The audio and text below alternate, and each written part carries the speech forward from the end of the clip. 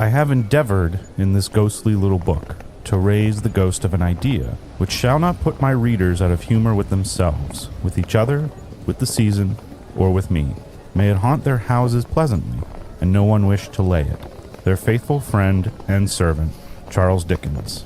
December, 1843. Marley was dead to begin with. There is no doubt damn it, let me start over. Hang on. You were thinking about the Muppets. Yeah, I know, yes. I was thinking about the Muppets. Marley was dead to begin with. There is no doubt whatever about that. The register of his burial was signed by the clergyman, the clerk, the undertaker, and the chief mourner. Scrooge signed it, and Scrooge's name was good upon change for anything he chose to put his hand to. Old Marley was as dead as a doornail. Mind, I don't mean to say that I know of my own knowledge what there is particularly dead about a doornail. I might have been inclined myself to regard a coffin nail as the deadest piece of ironmongery in the trade, but the wisdom of our ancestors is in the simile, and my unhallowed hand shall not disturb it, for the country's done for. You will therefore permit me to repeat, emphatically, that Marley was as dead as a doornail. Scrooge knew he was dead. Of course he did. How could it be otherwise? Scrooge and he were partners for I don't know how many years. Scrooge was his sole executor, his sole administrator, his sole assign, his sole residuary legatee, his sole friend and sole mourner. And even Scrooge was not so dreadfully cut up by the sad event, but that he was an excellent man of business on the very day of the funeral, and it solemnized it with an undoubted bargain. Scrooge was as dead as a doornail. Every time I hear Gonzos. Dead as a door. Whoa. I thought this was a kid's movie. He died? Take that. Take what you will of that. Although, hey, my grandmother always told me that Christmas is all week. It's not just one day. It is a fair. December 25th is the first day of Christmas. 12 days of Christmas. So yeah, that's why there's 12 days of Christmas. Did you ever celebrate Little Christmas? Heard that term before, but I honestly don't know what it refers. Yeah, it's January 6th, and I think it's when the Orthodox Church celebrates Christmas. And for me, growing up Catholic, this is when supposedly the wise men show up. Makes sense. To the manger. So, and that would mark, for my family at least, that would mark the official end of Christmas. But yeah, Christmas morning, the 25th, was the big day. Yeah. But then we would go to other places throughout the week, and then usually on January 6th, we'd have like a little dinner, and there might be some leftover gifts, little small things, like stocking stuffers or something like that. And then we would start taking all the decorations down for next year. You don't wait till the first of the year? The post-Christmas coma slack off. Oh my gosh. That slack off is, oh man, they're giving you some slack. It was always like, some big like if you hadn't slack. finished it by the first of the year, it was like it was go time. It's time to get it down. If everyone's joining us on Christmas Day here, if you're actually listening to us on our release day, we lucked out this year. We got today and New Year's Day as release days, which is kind of crazy. Yeah, that is kind of nuts. Especially, I think next year, 2024, is a leap year, so you got to put that extra day in. If you are listening to us, a Merry Christmas to you and yours at this juncture, or not. I mean, if you don't, or whatever holiday season you celebrate. Mm-hmm. Or maybe you just don't like holidays in general. That's fine too. Holidays put a lot of people off. You could be a Scrooge type. You could be a humbug. Yes, you could be a humbug. And I see you're trying to segue, but I am not ready to segue yet. I'm going to buy you a Segue for Christmas. We can. You buy. Just have me fall flat on my face. I don't think our podcast has workers' comp, Brian. I can't afford workers. Oh dear gosh. Yeah. But yeah, the holidays this holiday season snuck up. It can be a rough time. Came up so fast. Yeah. Oh yeah. It's come out of nowhere. Feels like we just wrapped on Halloween and it's like already here. Mm-hmm. It's strange how, like, I can remember when I was little, oh man, it used to feel like ever for Christmas to get here, you know? And now it's just like, what? It's Christmas 2023? I feel like I'll go to sleep, I'll wake up, it'll be Christmas 2024. Weeks feel like days anymore, but that's neither here nor there. Oh, yeah. No, but it is pertinent to what we're talking about today, that passage of time, being able to look back if you could, which is, I think we touched on a little bit in our Christmas vacation episode with Jordan. You mentioned it, how it brings out the reminiscing, end of the year, things like that. No, absolutely. And I think it's once that Thanksgiving Day ball has begun to roll, the holiday spirit is in the air. Mm-hmm. Haha. Oh my God. No, yeah, we were joking. We were joking a couple of times about Scrooge and talking about how nothing says the holidays are here like the ghosts of rich billionaires past, forcing him to reflect on paying a fair wage. Uh-huh. Yes, no, but we are talking about A Christmas Carol today, and it's Charles many Dickens. forms. It has been the staple of the holiday season and has taken on many different retellings and reforms. Actually, just in preparation, I watched Bill Murray in Scrooged. I also watched the George C. Scott version. Good iteration. I watched both Scrooged and the George C. Scott version. Oh, okay. Earlier this year, I watched the Muppets version, as is tradition. Mm-hmm. I was going to say, you know what version I watched, and that was the Muppets version. And that's fair, because Michael Caine does a pretty good Scrooge. I mean, he is forever solidified in my brain as Scrooge. Like that's just, yeah, when I think Scrooge, I think his performance. I think that and the George C. Scott are fair answers. I don't really accept any others as a staple. Yeah. Not a knock to Bill Murray. I don't mind that one's much more of a comedy to me.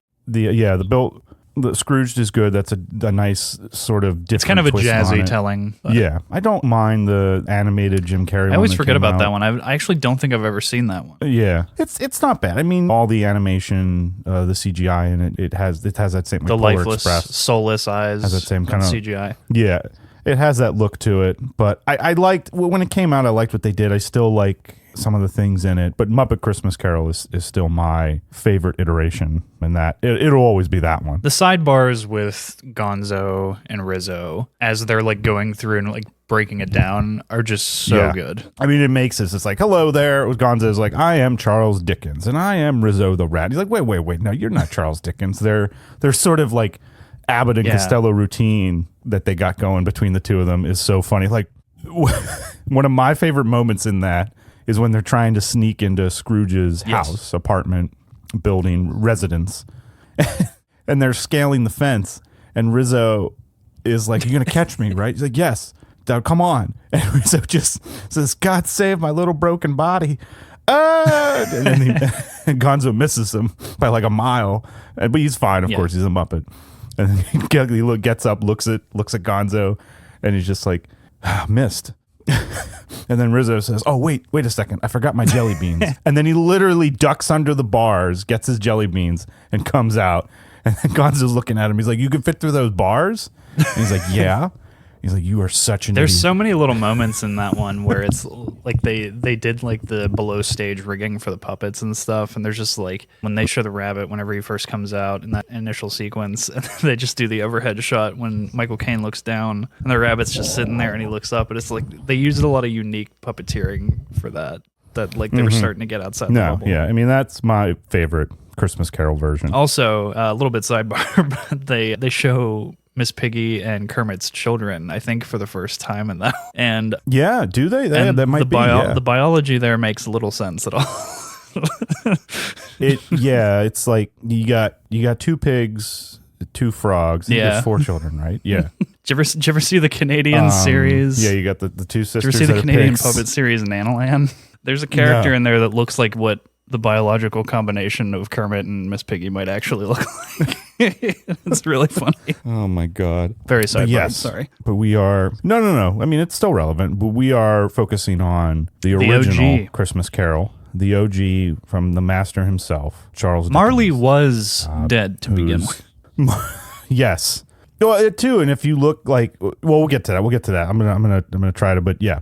So one thing that I think that's interesting when you think about this story, this novella, I think a lot of people like forget it's a very short story in terms of how books go, especially of the time. I mean, you could read it in a day easily. I think it's not a long book by any means compared to some of his other work. That 1800s storytelling, that pay by numbers. Mm-hmm. Oh yeah, that serialization, which he was known for, at least in the beginning. A lot of his stuff was published that way periodically. Think of things like Sherlock Holmes was the same way. This is in the same era too as like the Penny Dreadful era. You have those like sort of, which were kind of like the precursor to comic books and like pulp fiction that would come later in the 20th century. Penny Dreadful also has a very great after the First World television War. show adaptation. Yeah. Very well done. Oh no, definitely worth checking out. What I love about looking at Dickens and like this time period, first of all, he's born in 1812, and I have to wrap my head around that sometimes.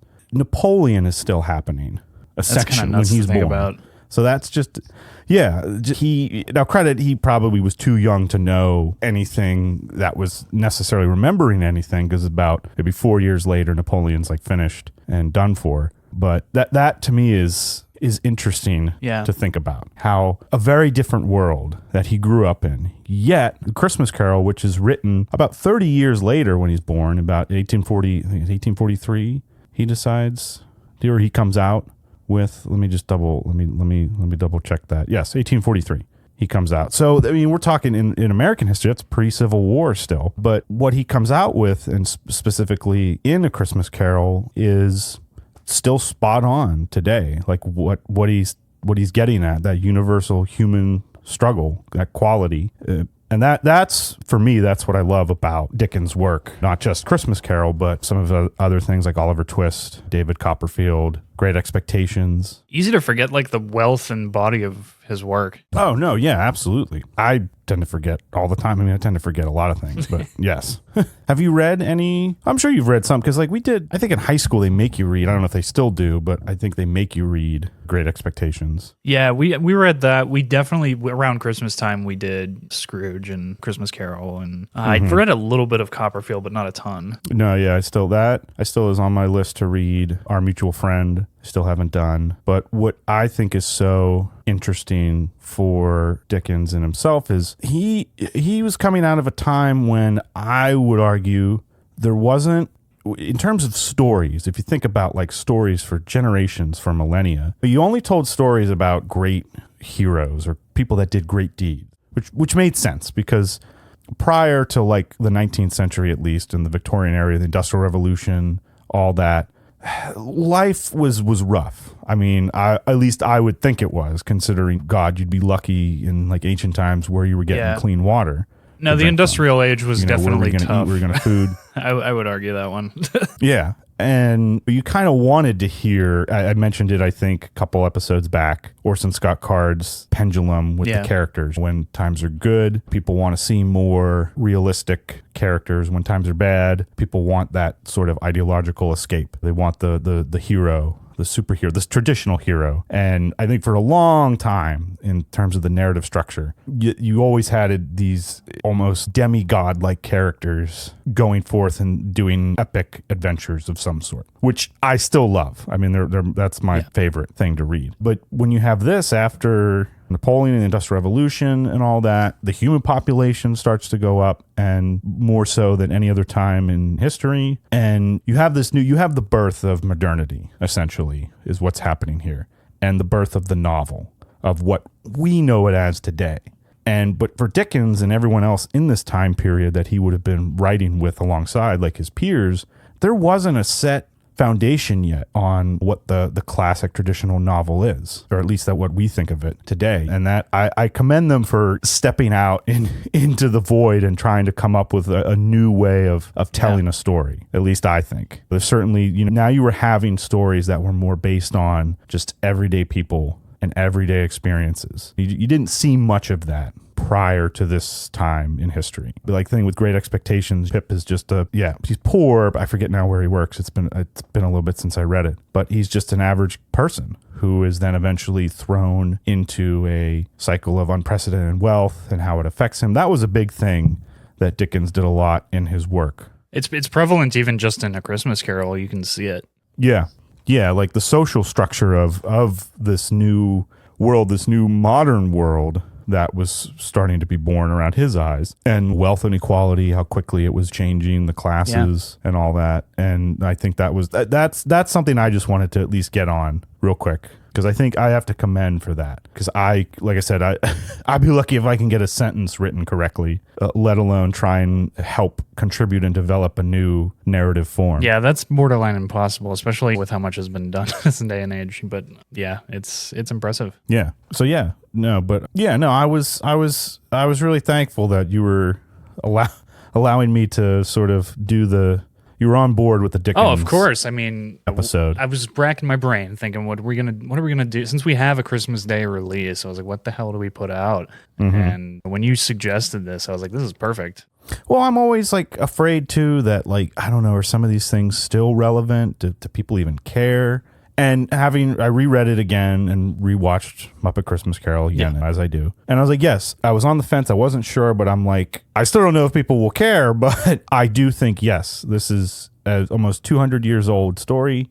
It is still 100% I think it is. It never stops. I think it is the most relevant. timeless, not just Christmas story, but one of the most timeless pieces of fiction. I can't think of another thing that has stood this level of the test of time, been retold this many times, and still been as prevalent throughout culture as this. Oh, yeah. And it affects, I mean, even the term like an Ebenezer or Scrooge has entered our lexicon of language the same way that when you hear the term like kryptonite get thrown around, that's a synonym for like an Achilles heel, essentially. And when you say someone's like a Scrooge or a miser, it comes straight from this.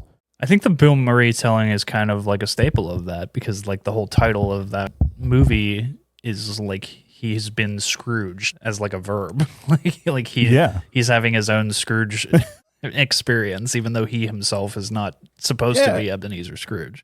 No, yeah, and that's one that I think gets lost too. I don't know. What do you think? Does it not? I feel like it doesn't get as much. I think it put a lot of people off. Discussion. I think that one, how I hear some people who are put off by The Office talk about it, like, oh, it's too real. I can't get behind that because I don't like that. Like I've worked for that guy, or I've been in that environment. And it's too real for me. So I think that's the way that one kind of puts people off. Okay. At least from people that I've talked to. Maybe it's just a little like kind of overview of Dickens, and then we'll get into the Christmas Carol itself. One of the things that I love about, and even reading that excerpt in the beginning, his writing style, it's very plain in the sense of like you don't get a lot of flowery words thrown in there. Yeah, there's sometimes where he'll say something where I'm like, I don't know, that could just be an older dialect or language or slang that they would have used back then that I am not familiar with and I have to go check, but not very often. The language is simple, but it's written almost poetically.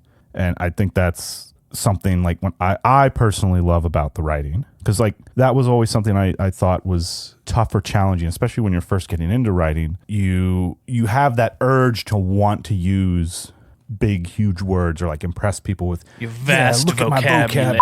Yeah, I got a. That's not what you want to do. I have multiple thesauruses in my study. In my cigar room, bound in leather and mahogany. Like it's kind of almost like how Gary in SpongeBob, when SpongeBob enters his dream, and Gary's like this philosophical Socrates character quoting like great literature. I know for me, it's like, oh yes, I want yes, ask me for my wisdom, and I shall give it to you.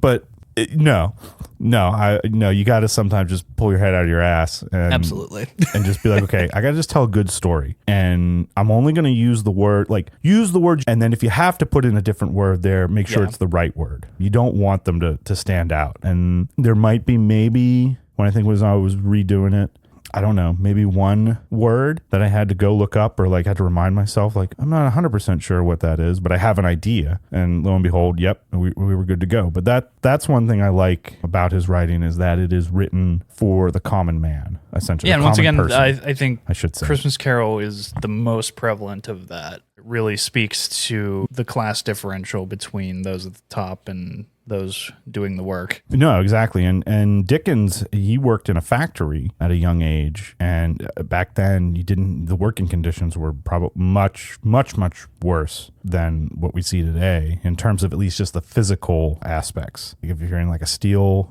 making plant or anything like that, there was no OSHA back then. Let's at least say that. I wonder what that was like.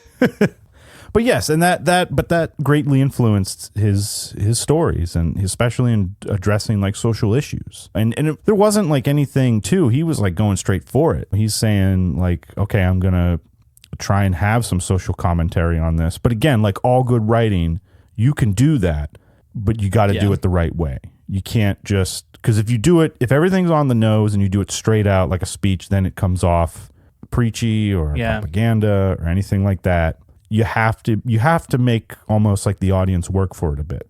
You've got to have it more at the heart of what the story is getting at. And Scrooge's transformation, that redemption arc, once again, going back to what we've talked about for all these Christmas stories, that growth of the character is there and highlights, I think, one of the social issues he was trying to comment on at the time. And that was like the terrible like working conditions for the poor and class. You had like child labor. The legal system at the time was not great. A lot of social injustice going on for many people. Doesn't sound too much different than what's going on today. That was an era that predated a lot of the laws that protect people in that way. And now I feel like we're dealing with people who have innovatively found ways around the laws that protect people in that way. Yeah, and like you look at us today with the rise of computers and more technology. I mean, it was the same thing going on then. The technology, it was still technology driving it with the Industrial Revolution. Different technology, more primitive to what we have now.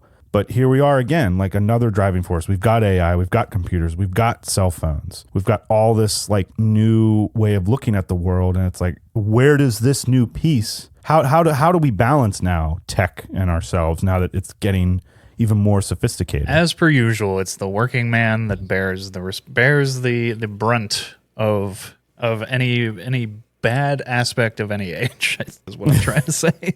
No, yeah, just a quick overview of his work. Yeah. I'd say one of my all-time favorites that he wrote is Great Expectations. And that one can be a little bit, I don't want to say tough to read, because it's not tough to read, but he does write the way that a person would have spoken back then. So you can take a little bit to like listen to how the characters are talking and what they're saying, some of the slang or terminology they would have used. But that's one of my favorite of his. But he's got so many. And doing it on a periodical sense, constantly churning things out. And again, not too unsimilar of what we have today. It's just the medium in which it's consumed rather than more back then being print. It's like a VH1 now hits. It's consumed digitally. It's like we're looking at his albums. Like yeah. I picture like, did you ever watch like a VH1 hits video? Like where they go back through and it's been a while, but yes. Like behind the music, I think was what they called it. Oh yeah, but like it's like 1800s yeah. Dickens, and he's like dressed like Scrooge walking down a cobble road. There are still, I'll say sometimes when I'm driving, you go to, how do you feel? A little quick sidebar. How do you feel about the cobble roads still? Oh, driving down them when you come across there's them, there's a bit of like novelty to it, but after like the first 2 seconds of it, I want to die. Oh yeah. I feel the same way. I'm just like, get me off of this. I always end up thinking like, how expensive was that? So yeah, on to Christmas Carol itself.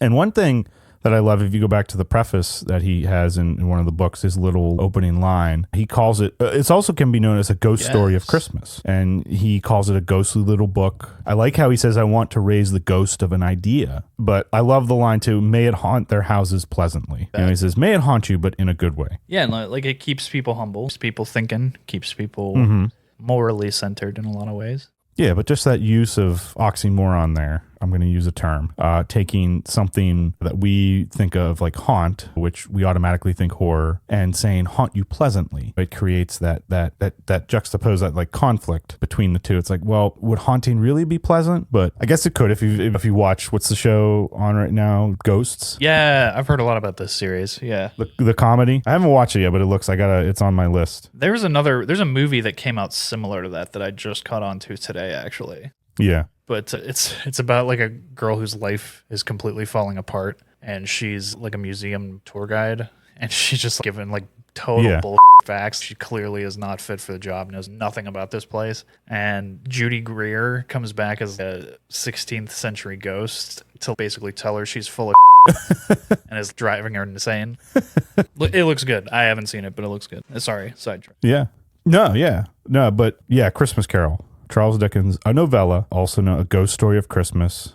And I think that's where I always thought too, like two in the name, which I think is interesting, called A Christmas Carol. I always wondered watching the Muppet one, I'm like, why is it called a carol if they're not singing? And I guess Dickens was going for, almost like when he wrote this, was going for a ballad, or like wanted to use that sort of structure of a carol and singing. And if you read the actual novella, there aren't chapters, there's staves. Interesting. Stave 1, 2, 3, and is there a fourth? There might be a fourth. Anyway, and that's referring to like stanzas, which was commonly associated with musical notation, and you would use it to refer to a verse or something in a song.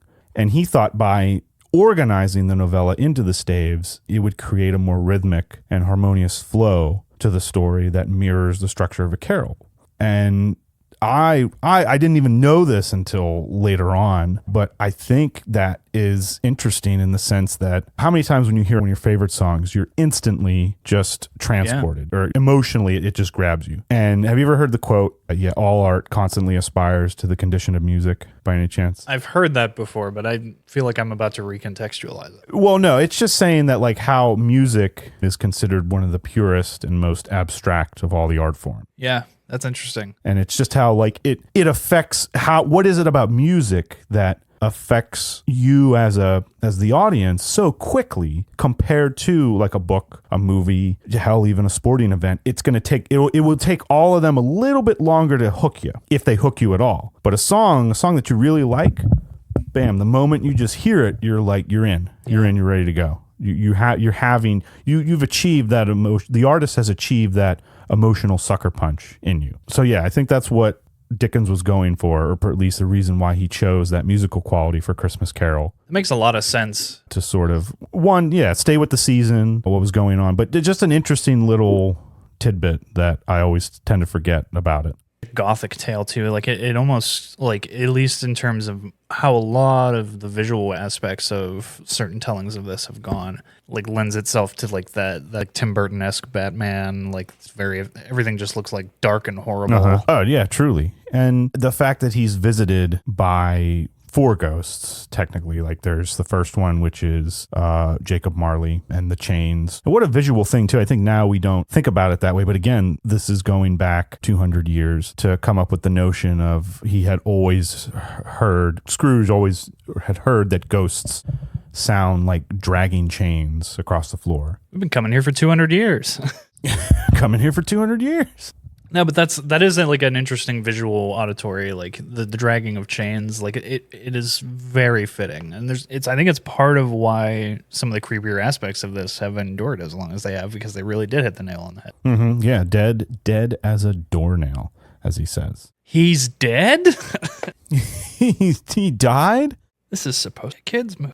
But yeah, I think the fact that you could say it is a ghost story. There is that Christmas joy and warmth in it. Again, if you've never seen A Christmas Carol or read it, we're going to go a little bit into spoilers here. So the main character, of course, is Ebenezer Scrooge, and he's that cold-hearted man who just doesn't give a shit about Christmas or really anyone else.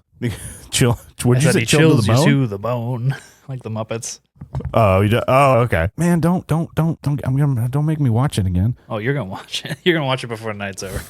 Let the boy watch. Anyway, perfect. Yeah. You got Ebenezer Scrooge, and who doesn't have a little bit, I think, of Scrooge in them, in the sense of, even when it comes to like your financials, let's at least just, I think everybody is a little bit look at that. Both of them, Scrooge and Cratchit. Yeah. And it's kind of like you fall somewhere between that spectrum at different points, obviously, but no, absolutely. And I can think like so many times when it's like, fudge, it's the holidays again. I got to spend money on people, money that I don't have.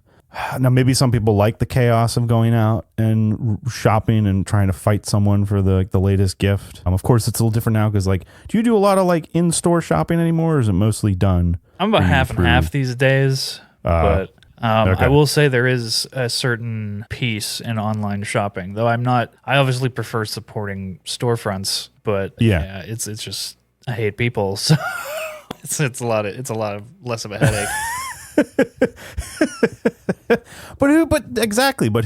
Who doesn't at some point just You just hate people. It'd be one thing if times. they weren't so annoying and mean and and horrible to be around.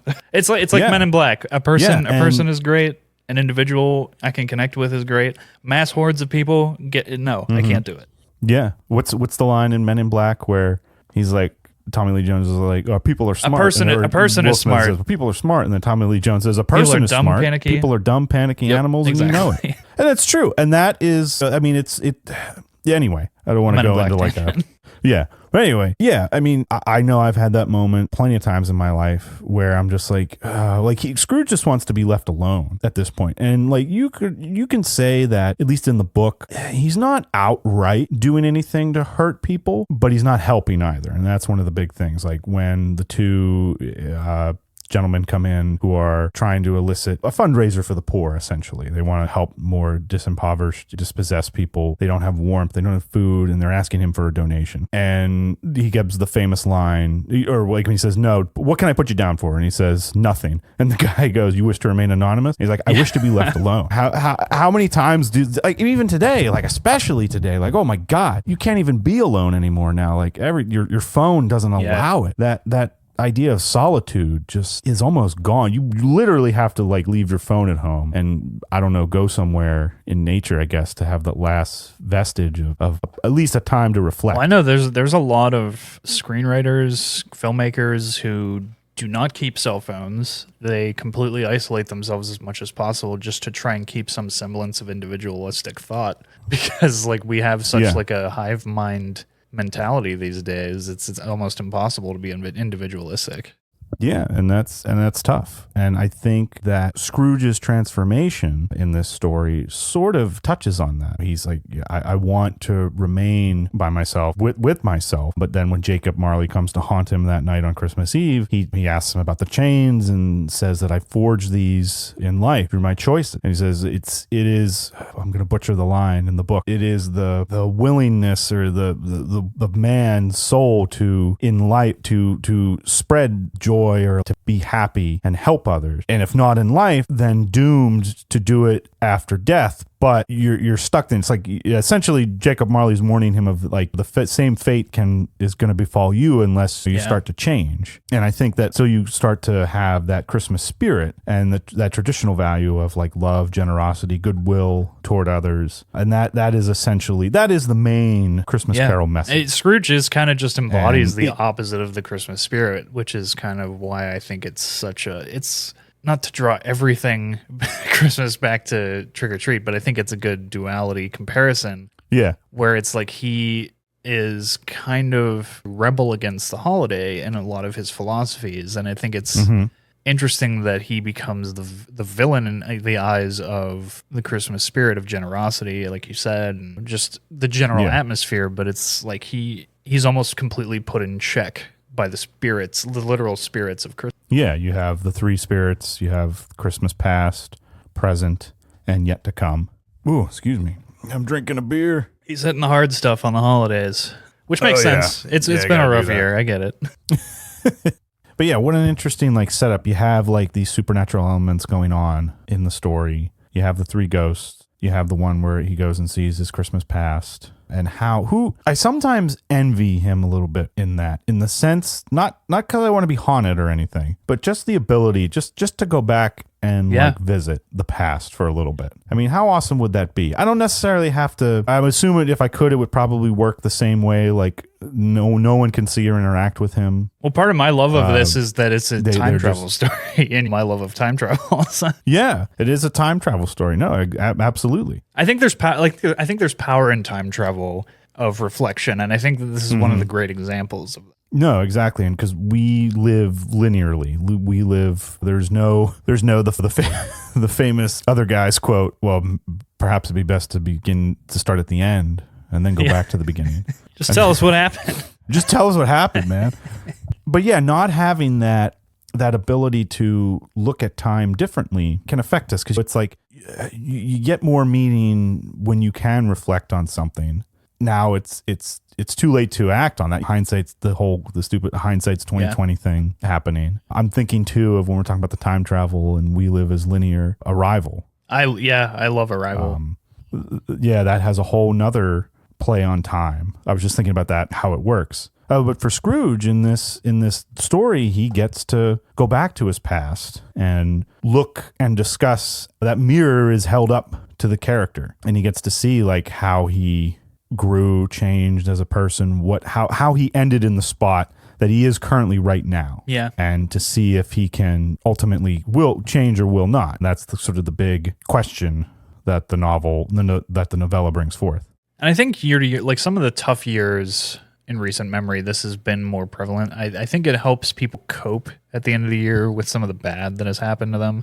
I think why it's resonated year to year. I know this was being kicked around a lot in 2020 when the pandemic was at its peak. I know a lot of people had a very tough year, and I heard this one talked about quite a bit that year. So it was interesting. It's interesting seeing like how like current events and stuff can impact like people tend to watch and what they find and Yeah, and it's true too how Scrooge's character, like it's interesting that he goes to the past. You have the present too. That you have once again the rule of threes, and he looks then at the people currently in his life, like Bob Cratchit, his worker, who in the beginning of the book is just known as, you don't even get his name right away. He just knows him as his secretary, but that's not the word he uses. I apologize. Once again, I failed to study. You never studied. His help, his worker. He doesn't even really know him by name because he doesn't really care to know him by name. It's later on when Ghost of Christmas Present comes that he learns, but the same with his nephew.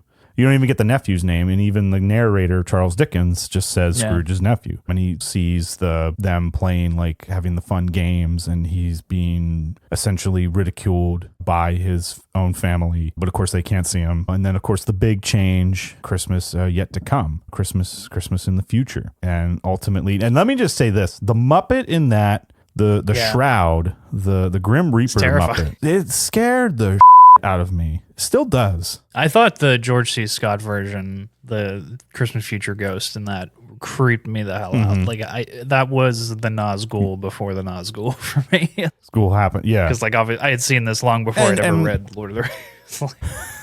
And it's true too that's always something you think about. Like, okay, how many more Christmases do I have left? What is going to happen? What is yet to come? And of course, Scrooge is confronted with his mortality right there. He sees the headstone marked with his name on it, and right at the edge of the abyss, he repents over a matter of $80.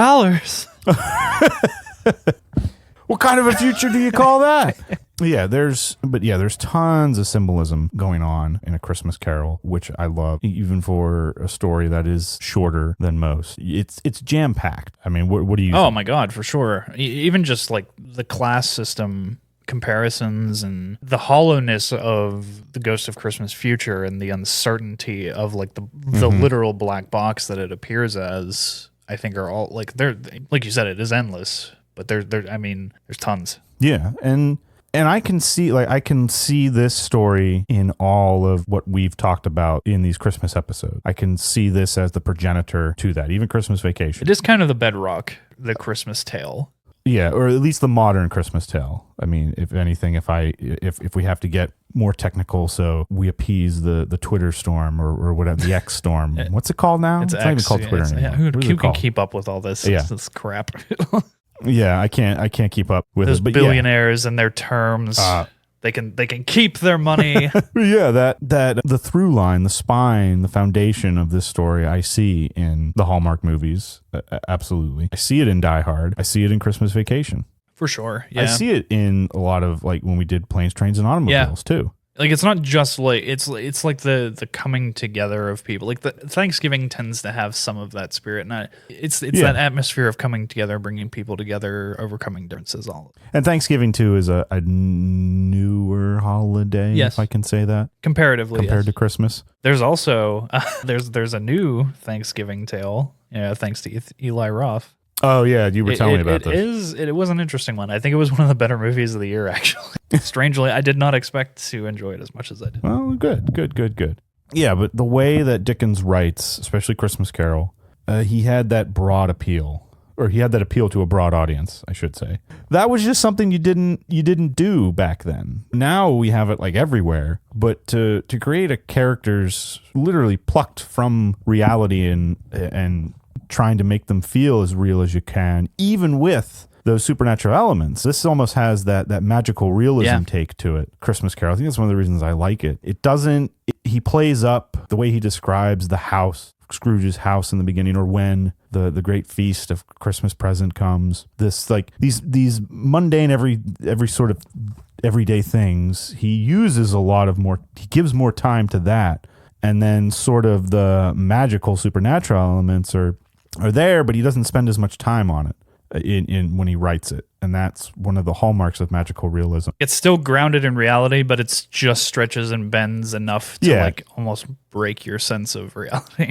Yeah, you don't over-explain the magic, at least in this terms. And then, of course, there's always two things, like when it comes to magic systems, do you keep them do you have a more science-based magic system or a much more ethereal version? But yeah, in this, he keeps it sort of much more open-ended. Anything can really happen when it comes to the magic going on. It's similar, like I'd say magical realism. When I think of films, I think of like Midnight in Paris, how another time travel thing, how it's never explained, and it doesn't need to be explained, how Owen Wilson's... It's better that they don't explain it. Yeah, character can just go back to the 1920s. I'm like, yeah, doesn't need to be explained. He found a secret portal somewhere. I don't care. It works. It's fine. To explain it would ruin it. Yeah, and that goes back to what I said, like for Dickens trying to do those that talk about social issues, the disparities between the wealthy and the impoverished at the time. He wanted to raise awareness. He wanted to inspire positive change, but he knew too that he couldn't. Like you just said, if you explain it, you ruin it. So he can't explain what he's trying to point out to. He has to get more creative with it. He has to use his story to evoke that emotional reaction. Otherwise, like we said, it falls flat and won't have the impact that you want. Yeah, too. And I just like how this isn't a story with wham bam action, which... Thank you, wham bam. Thank you, officer. Oh, thank you, officer. This is definitely... I know I would always have trouble with thinking, okay, something needs to happen. They got to fight. You can fall into that trap of thinking there has to be some sort of physical... It doesn't always have to come down to violence. It doesn't always have to come down to a physical confrontation. There can be a battle of wills. There can be a battle of intellect. It doesn't always have to be a fist fight. Yeah, and the way that Christmas Carol, the novella, is written, the way that Dickens writes it, I think that's always evident. And the scenes, every scene is literally, it's just people talking. Like there's no, I don't think there's really any like... Yeah, the only things I can think of are like in the Muppet version when they like physically transport into the other time, like they're flying, like there's some visual sequences like that, but that I'm saying, but like there's no one's putting up their fisticuffs. I don't think at any particular moment. Now credit it to the Victorian era that this is taking place in, so it wasn't necessarily, I think, considered par for the course if you did that. Yeah, but it is still, but you can see the conflict there. Yeah, during every scene. When Marley comes and Marley's just getting pissed at Scrooge, being like, why do you doubt? You don't believe in me. And he says, why do you doubt your senses? And Scrooge is just like, no, I'm not going to do it. And then Marley just like shakes his chains and gives out his like banshee cry. You can feel that tension through every scene, even more as you begin to learn more about Scrooge. And it's interesting too, because like our main character is not a great person in the beginning. Well, it's that age old aspect, taking the transformation of a character, that's that change that makes character development interesting, and he goes from polar opposites from beginning to end. Yeah, this is a very dynamic character here. And if I had to pick a more recent example, I look at the first Iron Man movie, using the same technique. I mean the crisscross even of Captain America and him, how their points of view kind of flip. Their journeys, they kind of end up the opposite ends finally, their stories, and where each of theirs began respectively. So yes, I thoroughly, if you can, give Christmas Carol a read. Like I said, it's not that long. You can do it. You definitely do it in a week, even if you have some time. I forget where it was. I was reading a book one time about how to help you read better or read more. As a book, like a book. I was reading a book on reading. A book for idiots. Yes, how to read. Somehow I managed. It was saying, like, there was just a line saying, like, read in the cracks. I like it. I laughed at the line in the book. But essentially what they're saying is, like, when you have, like, 3 minutes, if you're someone's driving or in an Uber car, or, like, you're waiting for a meeting, or you're stuck in the doctor's waiting room, or I don't know, something, you're going to the bathroom, and you got a couple minutes of not doing anything. Maybe instead of scrolling through social media, take a second, take a break, open a good book and read like a page. Yeah. Even if you just do it a little bit. But that was their advice. That whole book, and that was the only thing I took from it. But still, hey, I took something. I like it. But yeah, give Christmas Carol a shot if you can. Yeah, especially for a rough year, it has a lot to kind of inspire some hope, make you think that that boss that dropped you on your ass might have a turn of heart, but Yeah. probably not. But in the fictional sense, maybe. But yeah, it is a good one, and I agree. I think it's one of those ones that is a staple of the holiday season, brings about the feeling of Christmas. Yeah. And from us here at the study, we hope you have a great holiday season. We hope you enjoyed everything we have brought up for you guys so far this year, and know that we have a lot more planned and ready to go for next year. Scrooge was as dead as a doornail.